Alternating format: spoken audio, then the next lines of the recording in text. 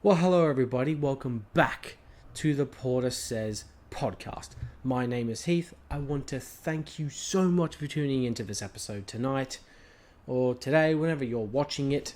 And in this episode, I am going to be ranking all 5 seasons of Stranger Things, from worst to best, in honor of the series finally coming to an end after about 10 years. It's crazy to think about, so without further ado, let's get straight into it. Coming at number 5 is Stranger Things Season 3. Just for me personally, this season is probably the least interesting in terms of plot. I think a lot of the Russian stuff really bogs the season down because it's just boring.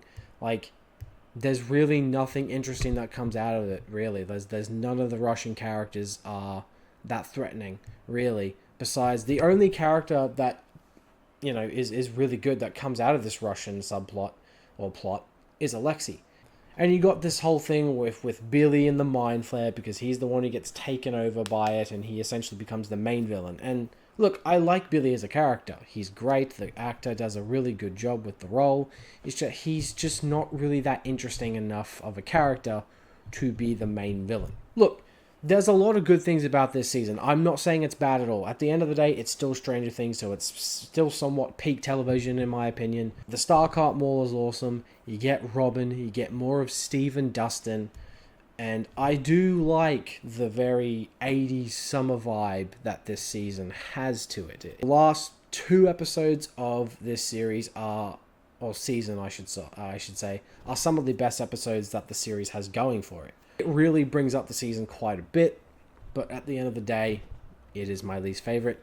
And I know a lot of people love this season. I get it. It's still really solid, but just when I was rewatching it before season 5 came out, I just remember going, can we just move along, please? At number 4, I have Stranger Things season 4. Now, this is a definite improvement in my opinion.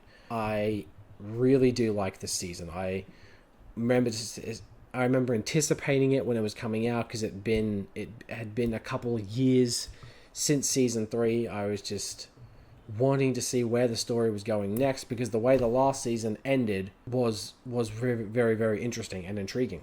Because we all knew that Hopper wasn't obviously dead. There is a lot of iconic moments throughout this season, and just with running up that hill with Max, you got Vecna introduced here. All the backstory with him. It's a lot darker. It's a lot more brutal than some of the previous seasons. You see a lot more death.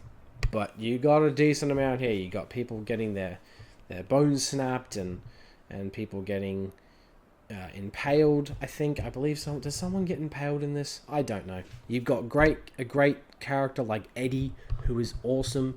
Probably, I think that scene in particular is one of the saddest scenes in Stranger Things. And then the scene between Lucas and Max when she is nearly pretty much at the brink of death. That whole scene is incredibly well done and so gut-wrenching. The fact that the line that Caleb McLaughlin, who plays Lucas, gives when he says, "Erica, help," was not in the script. I believe that was improvised, so that makes it even more tragic that he was able to come up with that. There's a lot going for this season. I love all the stuff with Nancy, Steve, Lucas, Max, Dustin, Robin. Even Erica gets involved, and she's actually a little bit more likable in this season than she was in seasons 2 and 3. I think the finale of this season is fantastic. It is 2 hours, over 2 hours long, 2 hours and 30 minutes or so, and it honestly flies by. Every time I've watched it, that finale flies by. At number 3, this might be a hot take, I have the newest and final season, Stranger Things Season 5. Look, despite this being probably the messiest season of the ones that we got, I really, really liked Season 5 overall. I think the first 2 or 3 episodes, while not anything mind-blowing, were a really good start. Then you get to episode 4, and the last 20-30 minutes of it are just so good. so good. And then you got episodes 5 to 7, which I wasn't expecting anything big to happen, to be honest. I don't think... Yeah, I wasn't expecting anything. I knew it was going to be kind of the middle chapter of this story that we weren't... There was just going to be a lot of talking and exposition and planning and all that stuff.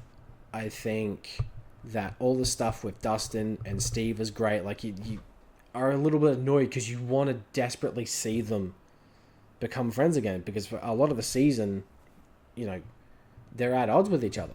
But the scene where Steve is trying to get to Nancy and Jonathan because they're locked up and, you know, they can't escape because this whole thing is falling apart, this little building's falling apart, so they could die. Steve is trying to get to them, but Dustin's like, no, you're being so selfish. Like, if you go up there, you're going to die and I can't go through with it again, please.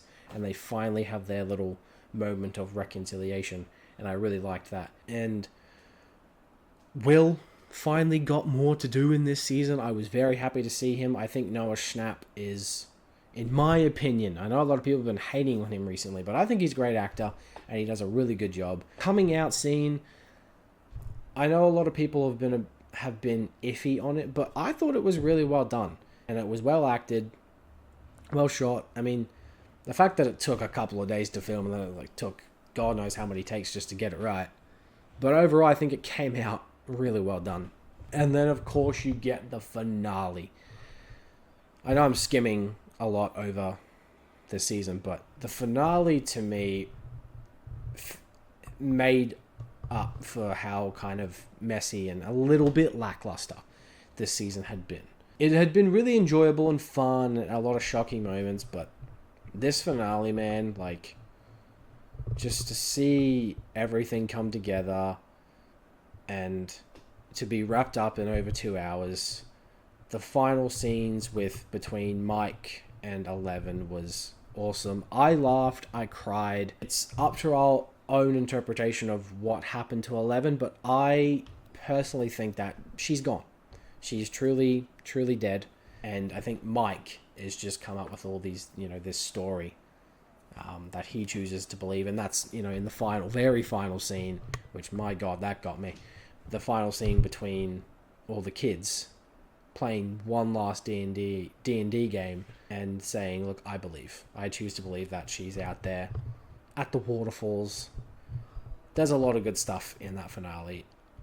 The epilogue is fantastic, because I rewatched pretty much the entire season twice in the chunks with my dad, and I definitely, while the first hour or so of the episode is all the stuff with Vecna and the kids and Derek and all that stuff. Derek, delightful Derek, dipshit Derek. All that stuff was great, and it was finally good to see, like, the final battle with, like, Vecna and all that. While it was not as long as it should have been, and they do take him out very easy, it was entertaining either way. I love the finale overall. I thought it was fantastic. I know people have been mixed on it, but for me, it was one of the best episodes of the series, and I think the last hour or so did make it a little bit better. And at number 2, I have season 2. This one I've always loved. I remember highly anticipating it when it was coming out. I was beyond excited. I loved the previous season, and I was just really keen to see where the story would go and if it would get darker, what they were going to do with Will and pretty much every character. Where was Eleven going to be up? Where was she going to end up? And I really like this one. I love season 2. I think it's... Yeah, I clearly love it because it's at number 2. And a lot of people have this as their least favorite season, for the most part. And it's because of that one episode with the Lost Sister, which is truly the worst... Oh, sorry guys, that was my controller on my PS5, so sorry. Yeah, so the Lost Sister episode, one of probably the worst episode of the entire show, and the only bad one. But other than that, I love the Halloween vibes to this season. We get the introduction of Max and Billy. We get the Demodogs. We get Bob, played by Sean Astin. I love, you know, the whole thing. We get to see how much this is troubling Will, and especially Mike, who is pretty much at Will's side nearly every moment. Mike's one of the best characters of this series. He gets way too much hate. He's the GOAT. I love Mike. And this is where the beginning of Steve and Dustin's dynamic starts, and it's awesome here. The finale is probably one of my favorites. It's so small scaled. That's what I love about it. You know, I feel like a lot of finales of each season after this, while as entertaining as they are and great, they got very like big, big scaled finales. Whereas like the finale of season 2 is very, very small and kind of, somewhat low stakes, which isn't necessarily a bad thing. There's a lot to love for me about season 2. As I was rewatching it, it's such a good continuation from season 1. And of course, at number 1, I have Stranger Things season 1. This will always be the best. I remember when I first discovered this show. I was 15 years old when I first watched this show, back when the year it came out. And I was hooked. I watched season 1 at least 3 times the year it came out. I was enamored with this show. I was showing it to everybody that I could, and I got a lot of people hooked on it. If it wasn't for my film teacher, I don't know how, if I would have discovered it, at least not for a while. But season 1, to me, is about as close as you can get to a perfect season of television. I think every single character is awesome. I think the performances from everybody is great. Finale, again, while small scaled, is so riveting and really fun. You could tell that the Duffer Brothers, and I think the Duffer Brothers have said this, that they didn't really expect this to go past one season. Even though, like, when they're wrapping up everything at the end of the finale, in the last episode, that is kind of setting up maybe for a potential season 2. Like, you can still kind of leave it as a one and done. You just don't really know. I think it's up to your own kind of imagination. That season 1, just that's where the story ends. Everybody's happy. People are where they should be. And I will always love season 1. I've rewatched it more times than I can count, probably.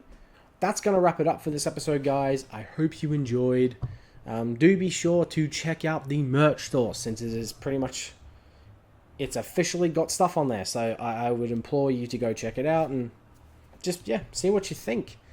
Still trying to work out a couple things on there, but I'd highly recommend it. And I hope you consider subscribing to this channel, because there's a lot more episodes coming your way. I will catch you guys next time.